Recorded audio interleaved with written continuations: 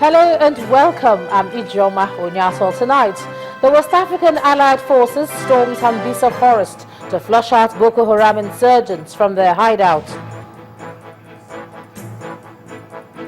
Federal government says no plan for an interim government, dismisses suggestion as unconstitutional. NLC elections end inconclusive with delegates alleging rigged plot. And South African opposition party leader Julius Malema removed from parliament. On Business News tonight, CBN governor meets capital market operators and anticipates 150 billion naira rise in non-oil sector. And in sports news tonight, Nigeria's profile in world football rises even as Algeria maintains position as Africa's #1.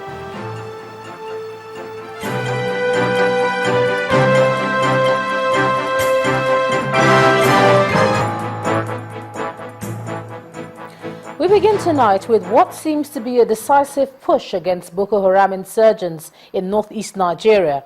Reports from the military today indicate that the West African Allied Forces, led by the Nigerian military, supported by Chad, Niger and Cameroon, have stormed the Sambisa Forest in Borno State, killing a good number of insurgents. The Air Force are said to have bombarded the insurgents from the air before ground forces moved in and incapacitated the insurgents. Already the insurgents have been pushed out of Gambaru, which lies on the Nigerian border with Cameroon. At the moment, the military have crossed into the eastern fringe of Borno State, targeting other areas under Boko Haram control. And confirming the push by the Allied forces on insurgents, the Director General of the National Information Center says he has intelligence reports which indicate a considerable movement of the army into the northeast. Addressing a news conference in Abuja today, the coordinator of the center, Mr. Mike Omeri, says the military is doing its best to secure the northeast before the 2015 elections. In the general effort to contain acts of insurgency in the northeast and secure the entire area for the forthcoming general elections, the center wishes to alert the general public on very recent intelligence reports which indicate a considerable movement of Boko Haram recruits from such locations as Gaidam, Omeri and Dubcha to training camps within the general area. Previous major attacks by insurgents, including the siege of Bama and Mangono military bases, were preceded by such massing up of fighters in training camps within the proposed targets. This recent development, which points in the same direction, has been alluded to by the Boko Haram group in its recent boast about having a certain large number of troops to disrupt elections in Maiduguri. However, the Nigerian military forces have fully mobilized and deployed against the insurgents who are being chased and roundly subdued. Therefore, we urge the general public to exercise a high level of vigilance and also support the efforts of the military to ensure hitch-free elections and a return to normalcy in the general area very soon. We also seize this opportunity to restate government's commitment to keeping the country and her citizens safe from those who seek to destroy the nation. In addition, we urge the civil society, politicians, and everybody to avoid disruptive and inciting statements while assuring the citizens of regular update on the successes recorded by our military and security forces in the fight against terror in the northeast. Meanwhile, Biu Township in Borno State has been thrown into mourning yet again with an attack which left 15 people dead. A female suicide bomber disguised as a customer in a popular vegetable market detonated a device earlier today, leaving the market covered with dust. The heavy sound and flying debris threw the market into confusion, as an eyewitness said body parts could be seen strewn around the market. He also said that several bodies have been taken to the Biu General Hospital. It was gathered that a political rally was held in Biu town before the attack, causing the youths to stage a protest. Now, Biu Market is the largest one in Borno State, and in January this year, Boko Haram attempted to attack the military barracks in the town in an effort to overtake the area, but their efforts were thwarted by heavy resistance of the military located along Gombe Road of the town. Now, the Attorney General of the Federation and Minister of Justice, Mr. Mohammed Bello Adoke, has ruled out the constitution of an interim national government, describing any such move as unconstitutional. Mr. Adoke made the statement against the backdrop of alleged calls by some Nigerians for the establishment of an interim government to conduct the 2015 general elections and usher in a new democratic government. He explained that it's become necessary to correct this misconception and refocus the citizens on the path of democratic tenets consistent with the nation's quest for democratic consolidation.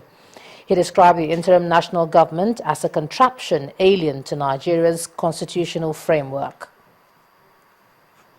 To politics, and some northern Christian leaders today endorsed Major General Muhammadu Buhari for the March 2015 presidential elections, saying what Nigeria needs now is a leader that can protect both Christians and Muslims and do justice to all. The presidential and vice presidential candidates of the All Progressives Congress told the northern Christian leaders at a meeting in Abuja that the upcoming election is not about religion, but the future of Nigeria.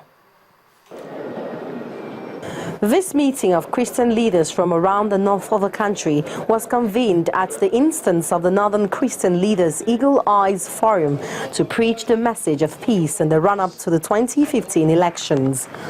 The leaders of the forum said the persistent misconception of General Muhammadu Buhari, the All Progressives Congress presidential candidate, as a fanatic is misleading, saying Nigeria needs a leader such as him to do justice to all, irrespective of religion. We are calling the whole Christians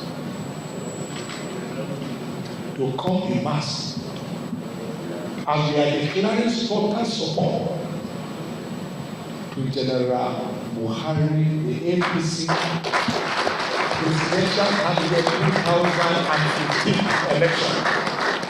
Key among the issues addressed by General Buhari and his running mate, Professor Yemi Oshimajo, were security, corruption and poverty, even as they warned the Christian leaders to beware of being misled into believing the elections is about religion. This new phenomenon of dividing us along the religious line, although it gained so much currency, is really extremely irritating to me. Because I lived through all these examples where religion did not really matter as far as your person is concerned. It's your competence. If you are good, you earn good reports on course, you earn good confidential reports, you get promoted. If you are bad, no matter how religious you are pushed aside. Simple as that. The elections that are coming are not about religion. They are not about whether a person is Muslim or Christian. No. It is about whether a person is honest and forthright and can manage the resources of this country well.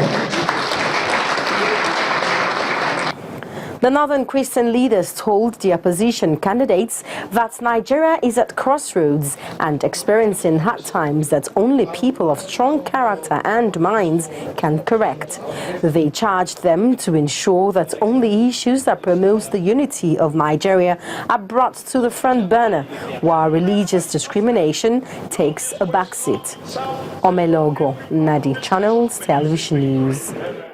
Well, it's indeed a season of endorsements, as the Association of Nigerian American Professionals also today endorsed President Goodluck Jonathan for a second term. The national chairman of the group listed some of the achievements of the president in the areas of establishment of over 100 Al-Majiri Islamic schools, establishment of 12 new universities, privatization of the power sector, and the completion of the Niger Delta power sector as the reasons why President Jonathan should continue. A statement signed by the group's chairman, Dr. Iheanacho Orabuchi, also cited the U-Win project and the revamping of the light rail as major achievements of this administration.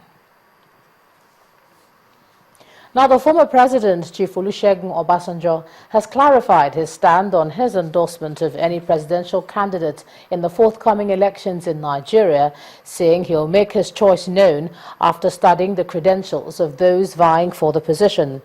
Chief Obasanjo was reported by the Financial Times on Tuesday as having endorsed the presidential candidate of the All Progressives Congress. According to the London-based publication, the former president had said in an interview in Nairobi, Kenya, that General Muhammadu Buhari possessed the necessary experience to lead Nigeria again. But speaking to our correspondent in London, Doris Ekenwa, yesterday, Chief Obasanjo, who was there to launch his controversial book, My Watch, said he was yet to make up his mind on who the best man for the job is. So it's assumed that you have endorsed General Buhari? Well, I won't go into argument about that.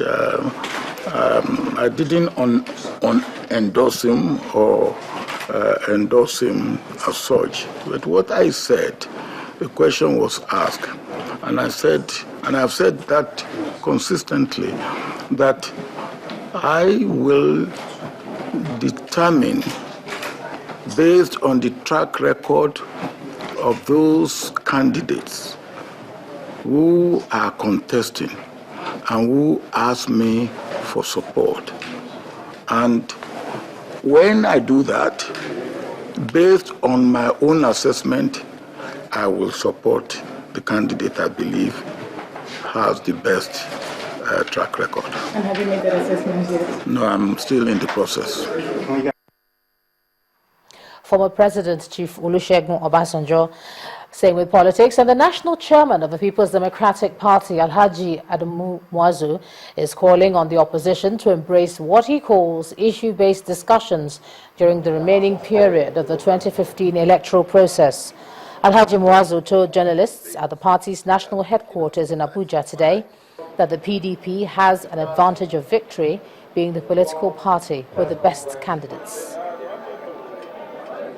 Indeed, we have noted the reactions that trail this postponement, particularly the very subjective statement from the opposition leaders alleging that our great party and the government masterminded the postponement to favor PDP. Rather than joining issues with the opposition in some of these needless and unsubstantiated utterances, we want to use this press conference to urge for a neat and positive campaign, devoid of lies, negative propaganda, and incendiary statements. The truth is that the postponement has in no way whatsoever conferred any particular advantage to our party. Indeed, it is otherwise, and any of our candidates. Instead, it came with its own attendant loss of time and resources, and it delayed our celebrations for electoral victory, God's willing, which, with the support of Nigerians, we will have started severing by Saturday.